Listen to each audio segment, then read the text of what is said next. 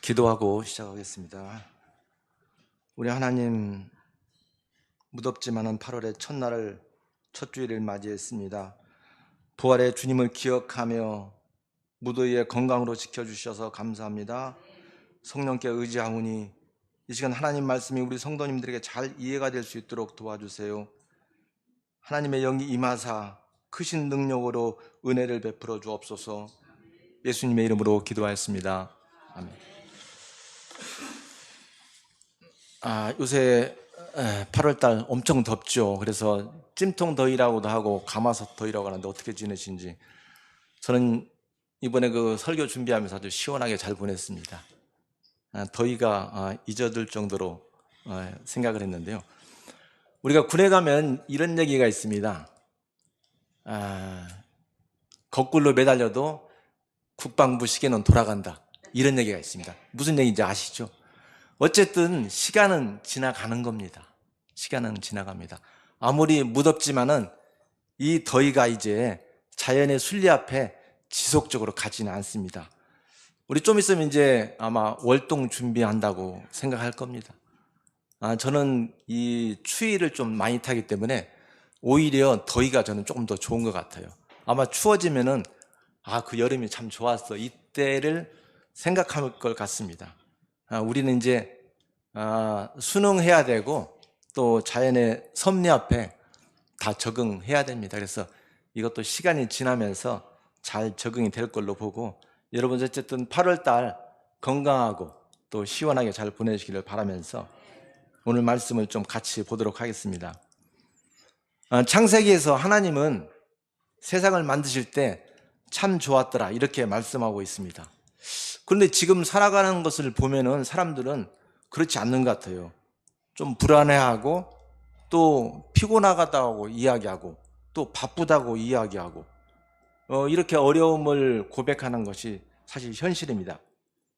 창세기 야곱의 고백을 보시면 알 수 있을 것 같아요. 야곱은 130살까지 사는 사람인데 바로 앞에서 이렇게 이야기합니다. 내가 험악한 세월을 보냈다고 이렇게 이야기합니다. 그 사람이 정말 어떻게 보면 굉장히 풍성하고 윤택한 삶을 그 애굽 땅에서 살았는데도 불구하고 험한 세월을 보냈다. 그동안 여러 가지 우여곡절이 많았다는 얘기입니다. 경제가 어려워지고 또 빈부격차가 심해지고 또 전쟁과 관세, 이런 것들의 그 소식들이 계속 시시각각으로 계속해서 우리 스마트폰에 올립니다. 다니엘서는 이런 것을 이렇게 이야기합니다. 많은 사람이 빨리 왕래하며 또 지식이 더하더라, 이런 얘기를 하고 있습니다. 바로 이 스마트폰 시대를 이야기하는 것과 거의 같습니다. 제가 어저께 제가 지금 일주일에 한 번씩 가는 데가 한국 수목치료기술자 협회인데, 거기 이렇게 지하철 타고 왔다 갔다 하는데 보니까 내 앞에 있는 7명 전체가 스마트폰만 보고 있는 거예요. 이거 뭐 관세가 그 트럼프가 15% 부과하면은 우리 바로 그냥 5분 만에 다 할 수가 있습니다. 이런 시대가 지금 되고 있어요. 세상에 고난과 어려움이 많이 있는데 결국에는 로마서에 있는 3장 23절, 모든 사람이 죄를 범하였음에 하나님의 영광이 이르지 못하더니, 이 말씀을 보면서 이런 것들이 다 죄의 결과로 나타나는 현상이구나, 이런 걸 알 수가 있습니다. 그렇지만 어려움 가운데도 우리 하나님의 섭리도 있습니다. 그때는 바로 하나님의 시간입니다. 그때는 우리가 이제 기다려야 되는 겁니다. 하나님의 계획은 우리 인간의 생각과 판단으로 어려울 때가 많이 있습니다. 이것이 바로 인간의 한계입니다.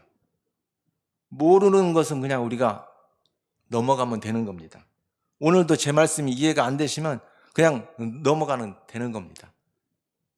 그러면 나중에 깨달을 때가 올 거예요. 저는 생각해보는, 저 교회 다닌 지, 제가 이제 고등학교 때부터 교회를 다녔는데 10년 동안 저는 아무것도 모르고 그냥 다녔어요. 근데 10년 뒤에 딱 깨달음이 탁 오더라고요. 저는 그때 십자가의 의미와 예수님의 영광, 이것을 저는 알았습니다. 아마 여러분들도 어떤 사람은 한 번에 올 수도 있습니다. 어떤 사람은 시간이 걸릴 수도 있어요. 말씀이 그 사람한테 들어가면은 노루가 엽사들 총에 딱 맞아가지고 탁 꽂히면은 그냥 뛰어갑니다. 그런데 언젠가 되면은 꼬꾸라지는 때가 있습니다. 바로 말씀이 깨달음이 오면은 그 사람이 그런 변화가 꼬꾸라지는, 하나님 앞에 넘어지는 그런 때가 올 거기 때문에 그것은 언제 올는지 어떻게 올는지 그건 알 수가 없습니다. 이것은 바로 하나님의 시간입니다. 지난주 제가 7월 말에 캄보디아에 있는 선교사 부부를 만났습니다. 아내와 같이 만났는데 이제 오랫동안 지인이에요. 그분은 신학을 좀 늦게 했습니다. 캄보디아에 현재 계신데 그 건강 때문에 이렇게 나오셨어요. 저보다 이제 한두 살 위니까 거기 물이 안 좋으니까 이렇게 담석 이런 것들이 많이 생기는 것 같아요. 그래서 수시로 옵니다. 그래서 어려움을 이야기하는데 건강이 좀 이제 어려워지고 또 하나는 언어가 또 어려워진다고 하더라고요. 그래서 그 두 가지 때문에 선교사님들이 상당히 어려워하는 것 같습니다. 저도 이 언어는 제가 극복을 못하기 때문에 나 선교사는 어렵겠다 이렇게 생각을 하고 있습니다. 그렇게 하면서 제가 궁금해서 우리나라에 있는 선교사님들이 한 몇 분이나 나가 있어요? 이렇게 물어보니까 캄보디아는 1000여 명 나가 있고 우리나라 전체 장기 선교사가 한 2만 1000명 정도 나가 있더라고요. 우리나라에서. 이것은 세계에서 두 번째로 많이 나가 있는 나라입니다. 첫 번째는 물론 미국입니다. 미국. 그런데 이것을 인구 비율로 따지면 우리나라가 탑입니다. 탑. 우리나라 선교사가 최고 많이 나가 있는 그런 나라입니다. 그래서 우리나라가 잘 사는 나라가 되지 않았나 이렇게 생각됩니다. 선교사 많이 내보낸 나라는 이건 다 하나님께서 풍성함을 주시는 겁니다. 지난주에 우리 그 둘째가 이제 시온이가 지금 3일교회 나가고 있는데 그 교회에서 몽골에 40명 정도가 비전 트립, 단기 선도를 다녀왔어요. 그날 이제 아침에 그 인천공항에 6시까지 다 모이라고 했습니다. 아침 6시. 그러면 집에서 한 5시에는 출발을 해야 됩니다. 근데 이제 또 가련동에 또 한 친구가 또 있었어요. 그래서 제가 이제 4시에 일어났습니다. 4시에 일어나가지고 준비해서 5시까지 가련동 갔다가 그 친구 태우고 같이 5시에서 6시까지 인천공항에 이제 데려다 줬습니다.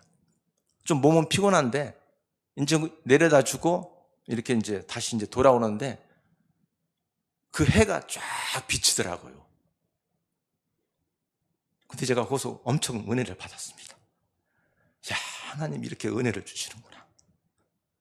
우리나라의 젊은 사람들이 한 40명이 그 새벽에 모여가지고 몽골로 선교를 떠나는 거예요. 그 단지 그 교회 한 교회 뿐인데 이 여름에 엄청 많은 젊은이들이 그렇게 단기 선교를 떠나는 거예요. 시간도 드리고 또 돈도 드리고 이렇게 떠나는데 야, 하나님이 우리나라에 복을 주시겠다 이런 제가 생각이 들었습니다. 자, 이제 오늘은 저희가 학계를 좀 보려고 합니다. 학계는 처음 1절에 그렇게 시작합니다. 이게 아직 아니냐 그런가? 예. 1절에 그렇게 시작합니다. 제7월에 시작을 이 말씀이 임했다고 이야기를 합니다. 제가 이제 학계를 오늘 메시지를 하겠다고 하니까 우리 딸이 그래요. 왜 학계야? 응? 그거 뭐지? 그렇게 하는 거예요. 그래서 학계는 사실 구약에 있는 말씀이고 선지자 말씀이고 지금부터 찾아보니까 한 2500년 전의 이야기더라고요. 그러니까 그때 2500년이면은 고조선입니다. 고조선. 부여, 백제, 고구려, 신라 그 전의 이야기입니다. 2500년 전의 이야기를 지금 우리가 한번 해보는 겁니다. 근데 그 들풀교회 성도님들이 그 이해를 하겠어? 뭐 이런 생각 같았어요. 제가 볼 때는. 야, 그게 아니다. 우리 교회 성도님들이 그거 다 이해할 수 있다. 왜냐하면 지혜가 있기 때문에 이해가 되는 겁니다. 이건 지식하고는 다른 거죠. 2500년 전의 학계 이야기를 한번 오늘 같이 해볼까 합니다. 자, 이제 7월에 말씀했다는 얘기는 유대교로 보면은 새해입니다. 새해는 나팔을 분다고 해서 나팔절이라고도 이야기합니다. 바로 이 나팔절은 뭐냐면은 왜 그 나팔, 뿔나팔 부는 거 있죠. 이때 이제 하나님의 시간이 되었다. 이런 걸 이야기합니다. 우리도 새해가 되면은 그 어떤 의미가 있잖아요. 근데 이때 학개가 이 나팔절에 이런 이야기를 하는 겁니다. 이제 하나님의 시간이 왔다, 너희들. 그래서 이 하나님의 말씀이 임하고 있다. 구약에 그런 얘기를 하는 겁니다. 신약에서는 또 생각이 나더라고요. 우리 찬송가에 그런 거 있죠. 하나님의 나팔 소리 천지 진동할 때. 이건 예수님의 재림을 이야기하는 겁니다. 재림할 때는 하나님의 나팔 소리가 울리는 겁니다. 이 나팔 소리를 들으면서 또 끝날 때는 영광으로 시작합니다. 영광.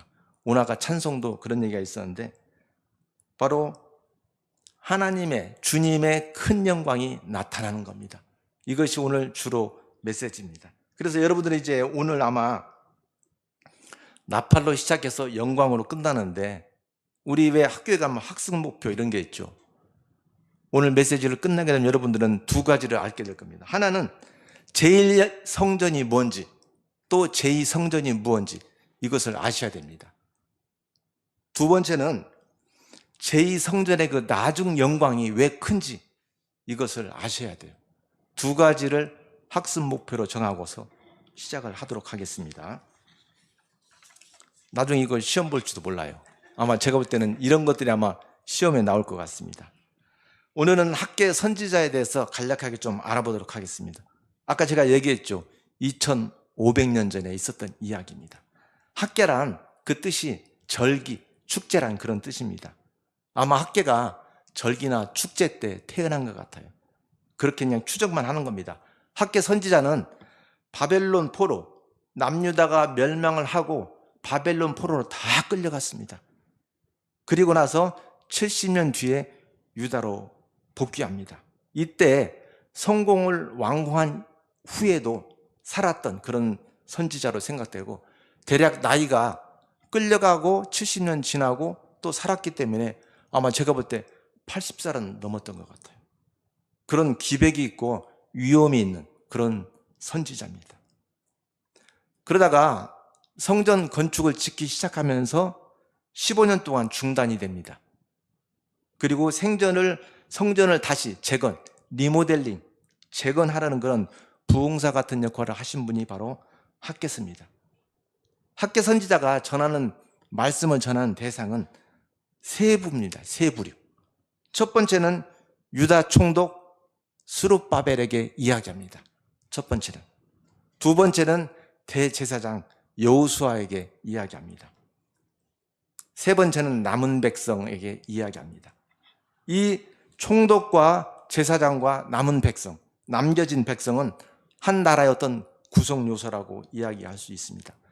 제사장은 우리가 1년에 한 번씩 지성소에 들어가 가지고 모든 그 백성들의 죄를 짊어지고 가서 하나님께 죄를 고백함으로 말미암아 1년의 모든 죄를 없애는 사람, 이 사람이 바로 대제사장입니다.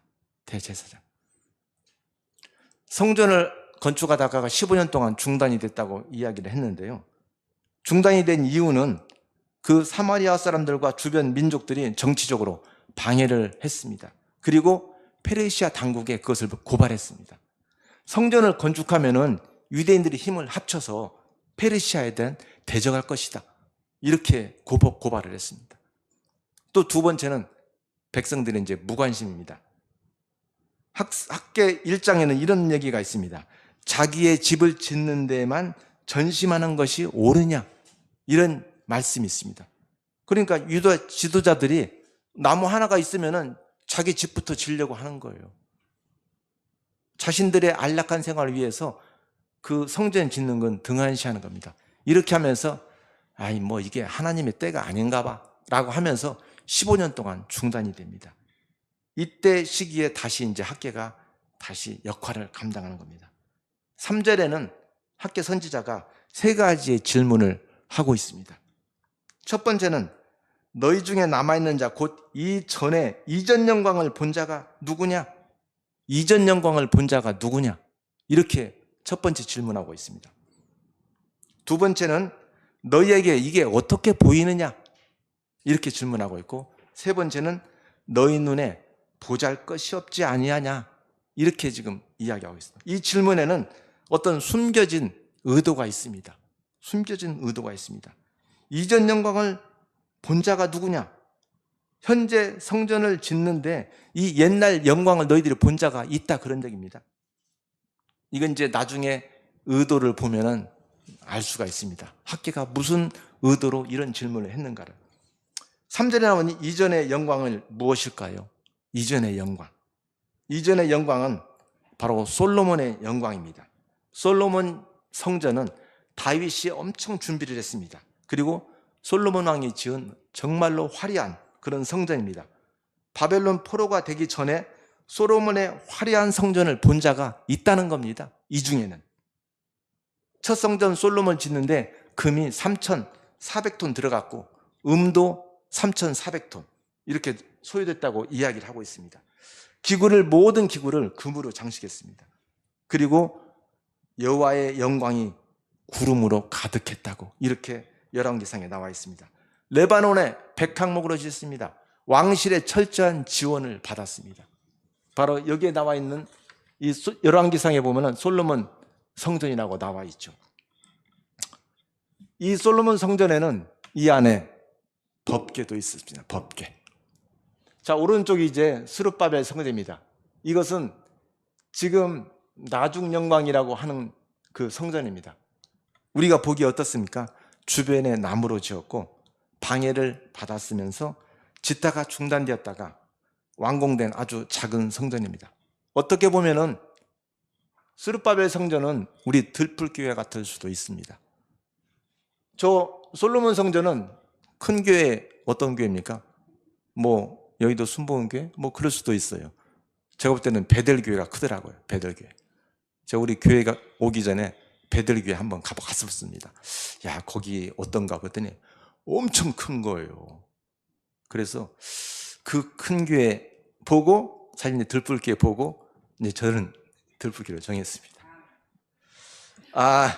이 성전을 보면서 에스라의 이런 얘기가 있습니다. 에스라는 그 당시 학계 선지자와 같은 시대에 살았던 그런 선지자입니다. 에스라 좀 보여주실래요? 3장 12절과 13절에 이런 말씀이 있습니다. 제가 한번 읽어보겠습니다. 제사장들과 레위 사람들과 나이 많은 족장들은 첫 성전을 보았으므로, 첫 성전이 바로 솔로몬 성전입니다. 솔로몬 성전을 보았으므로 이제 이 성전의 기초에 놓임을 보고, 이 성전의 기초가 어떤 겁니까? 수룹바벨 성전입니다. 수룹바벨의 성전의 기초가 놓임을 보고 대성통곡하였으나 여러 사람은 기쁨으로 크게 함성을 지르니 백성이 크게 외치는 소리가 멀리 들리므로 즐거이 부르는 소리와 통곡하는 소리를 백성들이 분간하지 못하였더라. 이렇게 에스라가 이 과정을 적고 있습니다. 대성통곡하는 사람은 누구일까요? 대성통곡하는 사람들. 왜 그럴까요? 대성통곡하는 사람들은 나이가 많은 족장들, 나이가 많으신 분들입니다. 이 사람들은 규모가 너무 초라하다는 겁니다. 그래서 이분은 대성통곡을 하는 겁니다. 또 하나, 법궤가 없습니다. 법궤. 법궤는 사실 성막에, 성소에 가장 중요한 겁니다. 법궤. 안고 없는 찐빵입니다. 찐빵. 안고 없는 찐빵. 이 법궤가 없다는 얘기는 이 안고 없는 찐빵과 같습니다.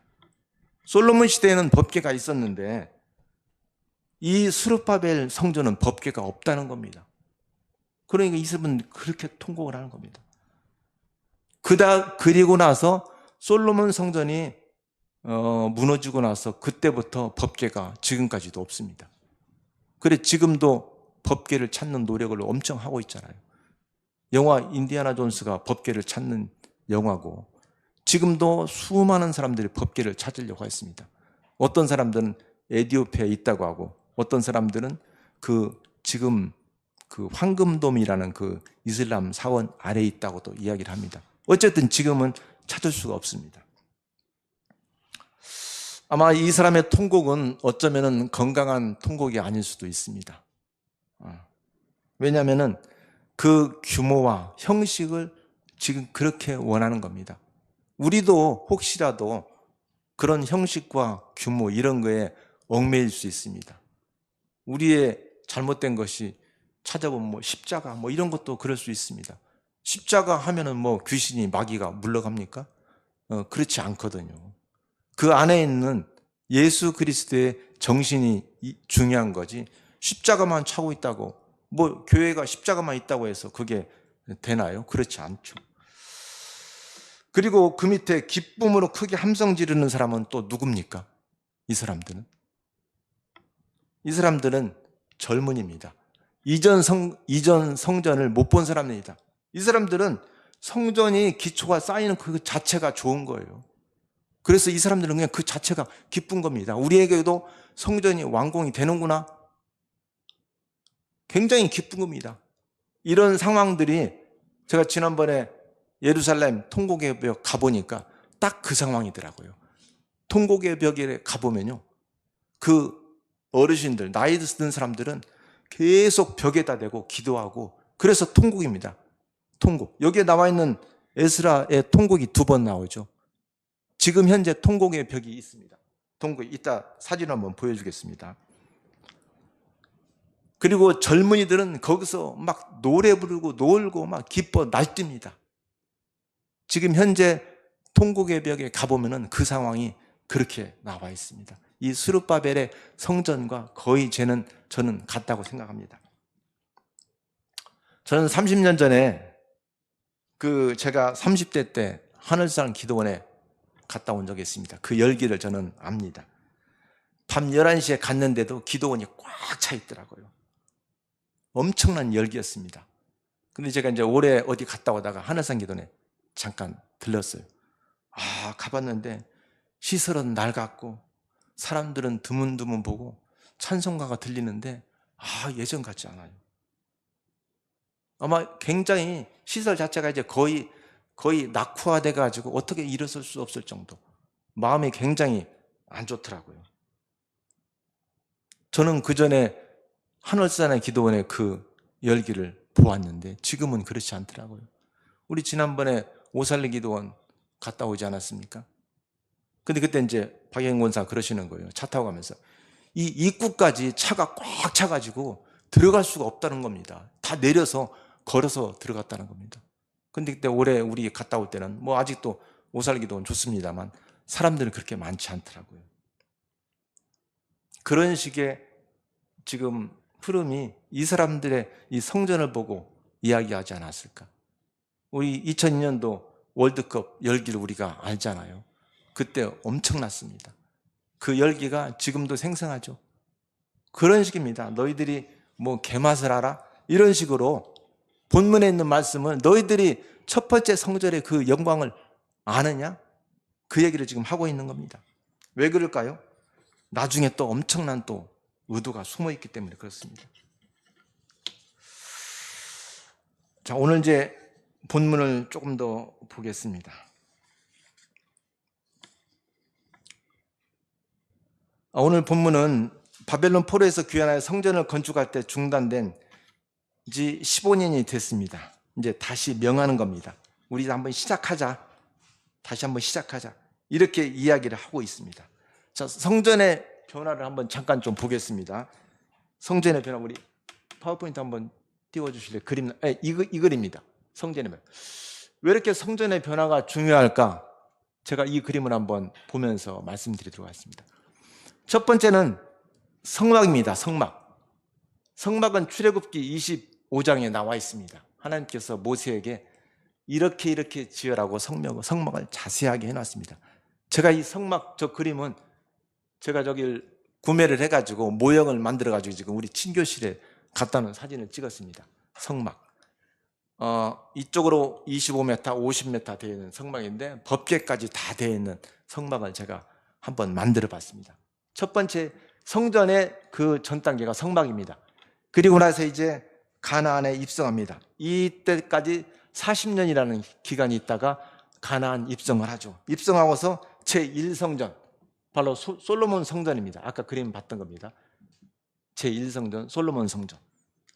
이 솔로몬 성전은 바벨론 때 철저하게 무너집니다. 완전히 무너집니다. 그리고 나서 바벨론 포로로 70년 동안 끌려가게 됩니다. 두 번째 성전이 바로 오늘 이야기한 스룹바벨 성전입니다. 스룹바벨 성전. 제2성전이 스룹바벨 성전입니다. 자, 옆에 있는 헤롯 성전이라는 게 있습니다. 헤롯 성전은 예수님 때까지 있었던 성전입니다. 저 헤롯 성전은 어떻게 보면은 스룹바벨 성전의 리모델링입니다. 증축입니다. 그래서 저것을 제3성전이라고 하지는 않고 제가 볼 때는 제2성전이 맞는 것 같습니다.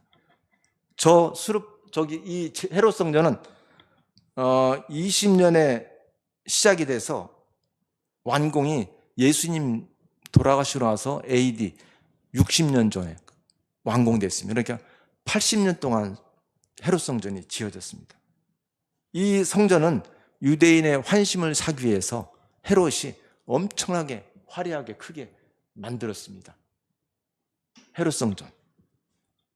헤롯 성전은 또 언제 또 무너집니까? 이제 예루살렘이 멸망하는 AD 70년도에 로마 군인들에 의해서 철저하게 무너집니다. 완전히 무너집니다. 자, 그리고 나서 이제 다음 그림 한번 보여주실래요? 자, 현재의 모습입니다. AD 70년도에 제2성전, 우리가 이야기한 스룹바벨 성전과 헤롯 성전이 완전히 무너지고 현재의 모습, 황금사원과 통곡의 벽입니다. 저 돔, 그 금으로 된 저 황금돔, 저것이 바로 이슬람 사원의 대표적인 것입니다.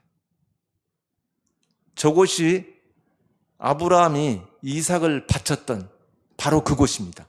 저기가 바로 모리아 산입니다. 모리아 산.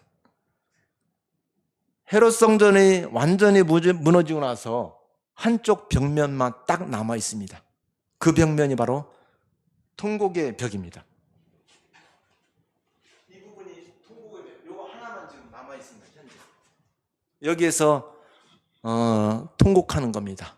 젊은 사람들은 기뻐 춤추고 어르신 나이 드신 우리 전통적인 유대인들은 통곡하고 저 바위바위 사이에다가 기도를 써가지고 거기다 하나씩 이렇게 꽂습니다. 통곡입니다. 통곡. 황금돔은 저 이슬람 교의 상징입니다. 그리고 현재도 랜드마크, 예루살렘의 랜드마크가 바로 저 황금돔, 이슬람교입니다. 이런 상황이 현재 예루살렘의 상황입니다. 자, 그러면은 이 성전이 왜 그렇게 중요하고 전쟁까지 불사할까? 이것을 보면서 성전은 하나님이 계신 곳이고 하나님을 만나는 곳입니다. 우리의 죄를 사할 수 있는 곳이기 때문에 그렇습니다. 성전이 성전을 하나님이 모신다고 하는 것을 의미한다면 바로 주님께 예배하는 곳이 성전이고 하나님을 모시고 사는 우리 가정이 바로 성전입니다. 우리의 삶을 드리는 직장이 성전입니다. 예수님 자신이 성전이라고 이야기하고 있습니다. 심지어 더 나아가 바울은 우리의 몸이 성전이라고 고린도전서에서 분명하게 이야기하고 있습니다. 그래서 오늘은 우리가 스스로 굳게 할 이유에 대해서 한번 말씀드리도록 하겠습니다. 첫 번째는 성전이 나와 함께 계시기 때문에 우리가 스스로 굳게 해야 됩니다. 3절에 보니까 이전 영광은 솔로몬 성전의 화려함을 이야기합니다. 학계 선지자는 시간을 과거로 돌린 다음에 지금의 성전, 스룹바벨 성전과 비교하게 합니다. 그래서 지금의 성전은 규모 면에서, 내용 면에서 초라하게 이를 데 없다. 초라하게 이를 수밖에 없다. 자, 우리가 어떻게 보면 하나님의 부르심을 모인 성전입니다. 기독교가 엄청난 발전을 했습니다.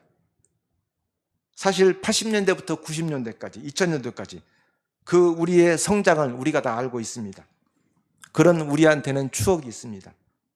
우리에게 살아있는 간증도 있고 우리에게 각자 전도를 했던 그런 부분도 있고 열심히 뛰어왔습니다. 그런데 이제 열매가 없을 때 또 허전하기도 합니다. 유다 백성들이 그 옛날에 제1성전, 솔로몬 성전을 보면서 지금 성전을 보면서 아마 애착을 느끼지 못할 수도 있었습니다. 그런데 여호와께서는 제4절에 스룹바벨과 여호수아와 그때의 모든 백성들에게 스스로 굳게 하라 이렇게 말씀을 하고 있습니다. 여기서 스스로 굳게 하라, 이 말씀은 강하게 힘을 내라, 실망하지 말라, 이런 이야기입니다. 가정과 교회와 또 모든 직장에서 성전으로 건축하고 있는 우리들에게 실망하지 말고 강하게 다시 한번 힘을 내라, 이렇게 말씀을 하고 있습니다.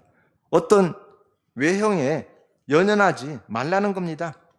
외형에 연연하지 말라는 겁니다. 자, 오늘도 우리 사랑하시는 하나님께서는 다시 한번 우리에게 새 힘을 내라, 이 땅에 하나님의 역사를 이루시라, 이렇게 말씀하고 있으면서 스스로 굳게 하라, 현대의 성경에서는 실망하지 말라, 이렇게 3번을 강조합니다. 3번을 강조합니다. 이건 굉장히 중요할 때 이렇게 강조를 반복적으로 하고 있습니다. 오늘 본문 말씀 만군의 여호와여, 이런 말씀이 9번 나옵니다. 9번. 1절서 9절까지인데 9번이 계속해서 만군의 여호와, 여호와, 이런 말씀이 나오더라고요. 스룹바벨에게, 대제사장 여호수아에게, 모든 방백에게 이렇게 명하는 겁니다. 이 말씀은 생각해 보시면 어떤 말씀 기억나시나요? 모세가 이제 모세의 뒤를 이어서 백성의 지도자로 된 여호수아가 있습니다. 여호수아에게 3번이나 반복합니다. 너는 마음을 강하게 하고 담대히 하라, 이런 말씀을 하고 있는 것과 거의 같습니다. 3번씩 반복한다는 것은 매우 중요한 이야기입니다. 그리고 5절에 보니까 왜 굳게 하라 말씀하고 있냐면 나의 신이 오히려 너희 중에 머물러 있다, 이런 말씀을 하고 있습니다. 머물러 있다는 것은 과거와 현재와 미래까지 다 포함돼서 끊임없이 계속적으로 머물러 있는 상태를 말합니다. 그러므로 하나님의 신이 과거로부터 계속해서 변하지 않는 권능으로 유다 백성을 통치하시며 우리 오늘 모임과 교회와 가정 가운데 나를 통치하고 계시다, 이런 의미를 갖고 있습니다. 하나님께 하려고 시도하면 무슨 일이 일어납니다. 그러나 하나님께 시도하지 않으면 아무 일도 일어나지 않습니다. 모든 것을 합력하여 선을 이룬다는 것은 범사에 하나님의 주권을 인정하는 것입니다. 성령님이 언제나 어디서나 함께 계시기에 모든 것이 가능하다고 믿습니다. 자, 2번째, 이제 스스로 굳게 하라. 2번째 이유는 나중 영광이 크리라, 이런 말씀입니다. 나중 영광이 크리라. 학계 선지자의 질문의 의도가 여기에 있습니다. 너희들한테는 나중 영광이 크다. 아까 우리 찬송가에서도 주님이 계시기에 큰 영광 나타내소서, 이 말씀이 있었거든요. 주님이 계시기에 큰 영광, 나중 영광이 크다는 겁니다. 솔로몬의 성전보다 스룹바벨의 성전에 그 영광이 크다는 겁니다. 첫 성전 솔로몬 성전과 2번째 성전 스룹바벨 성전을 비교하는 겁니다. 나중에 건축하는 성전의 영광이 크다는 겁니다.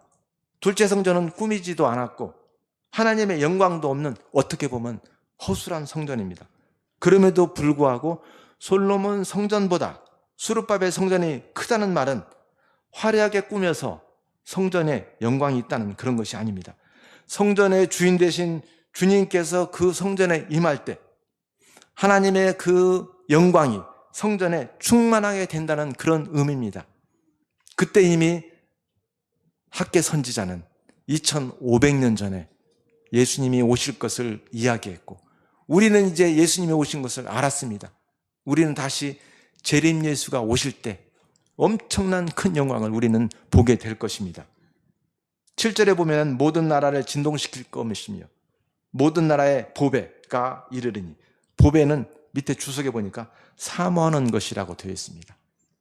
모든 나라를 진동시킬 것이며 모든 나라에 사모하는 것이 이르리니, 이게 무슨 말일까요? 이게 무슨 뜻일까요?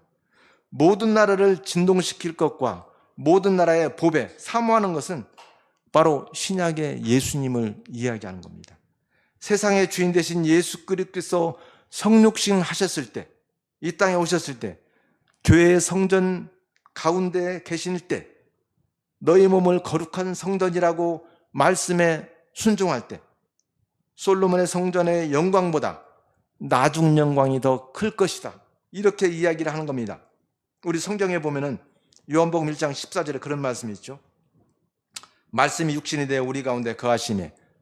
말씀이 예수님입니다. 말씀이 우리 가운데 거하시매.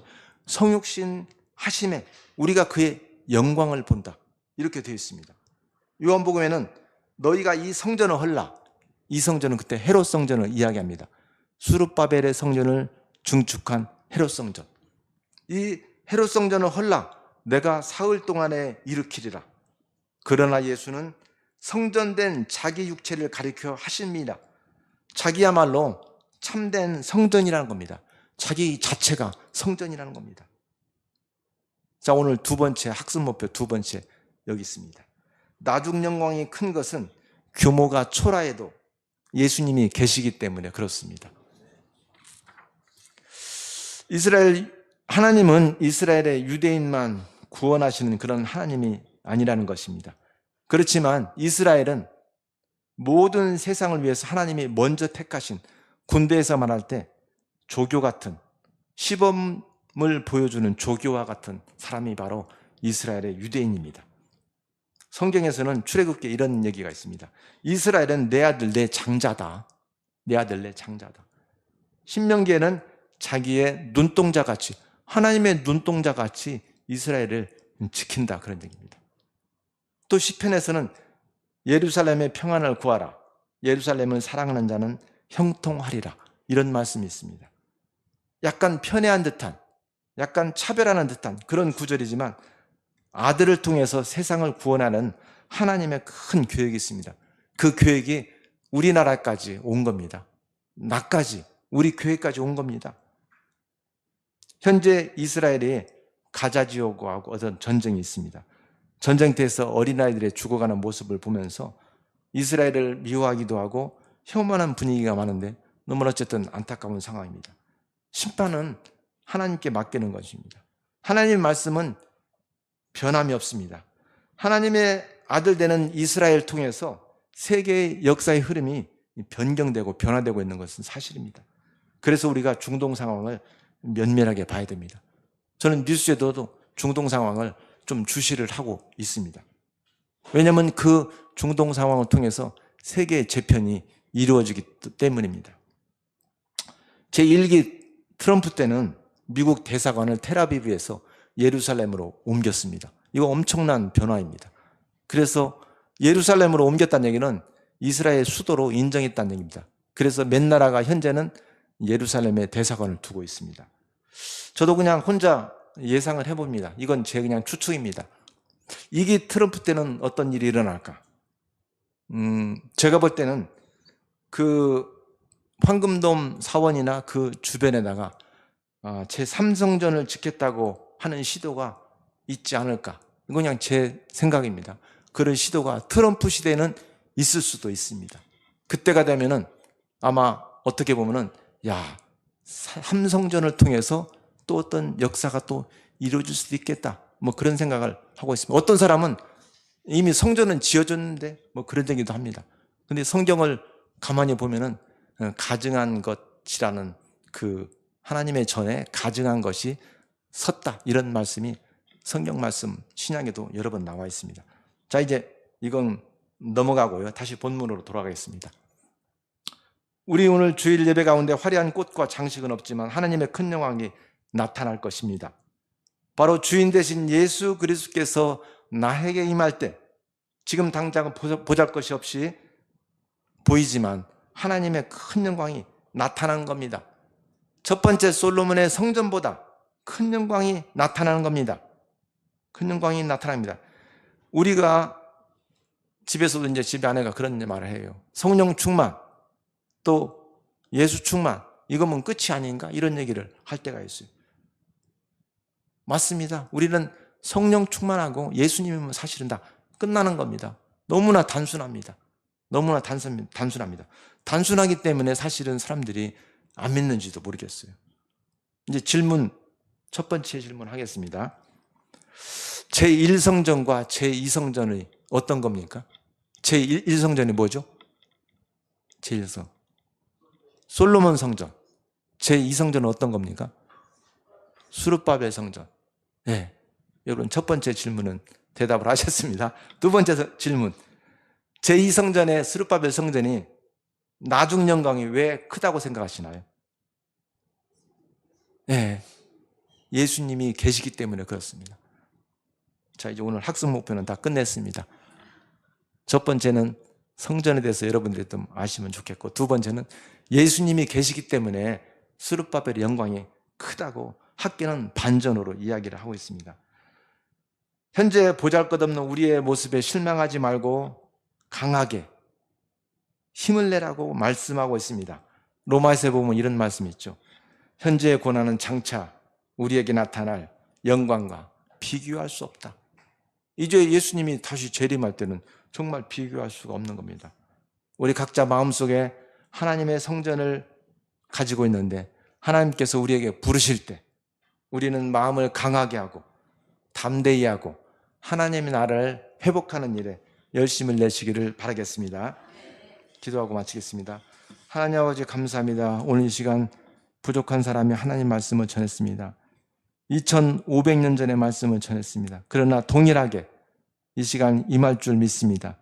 예수 그리스도가 나의 주인이 되시기에 그 영이 우리 가운데 같이 임하시기에 우리에게 힘을 내고 더 굳세게 힘을 내서 하나님의 나라를 회복하라고 말씀을 하고 있습니다. 그 소명에 합당하게 순종하고 아멘하는 저희들 되게 도와주시옵소서. 이 모든 것을 하나님께 의탁하며 이 말씀이 잘 이해가 될 수 있도록 이해가 될 수 있도록 도와주시옵소서. 예수님께 감사드리며 예수님의 이름으로 기도하였습니다. 아멘.